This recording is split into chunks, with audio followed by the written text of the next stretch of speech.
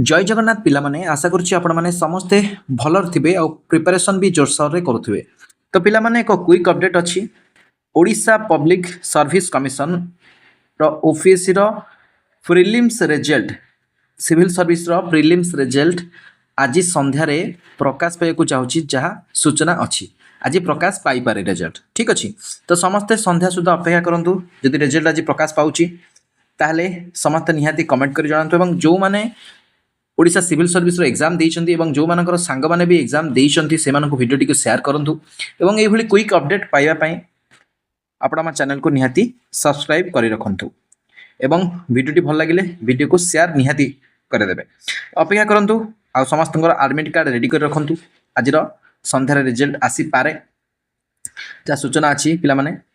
तो देखा जो अपेक्षा करंतु समस्ते कोन होची तो निहाती जो मैंने क्लियर करथिबे कमेंट कर जणांतु एवं परवर्ती समय रे हमें रिजल्ट आसीबा पर हमें वीडियो करी आपनको जणाइबु। रहिलु नमस्कार जय जगन्नाथ।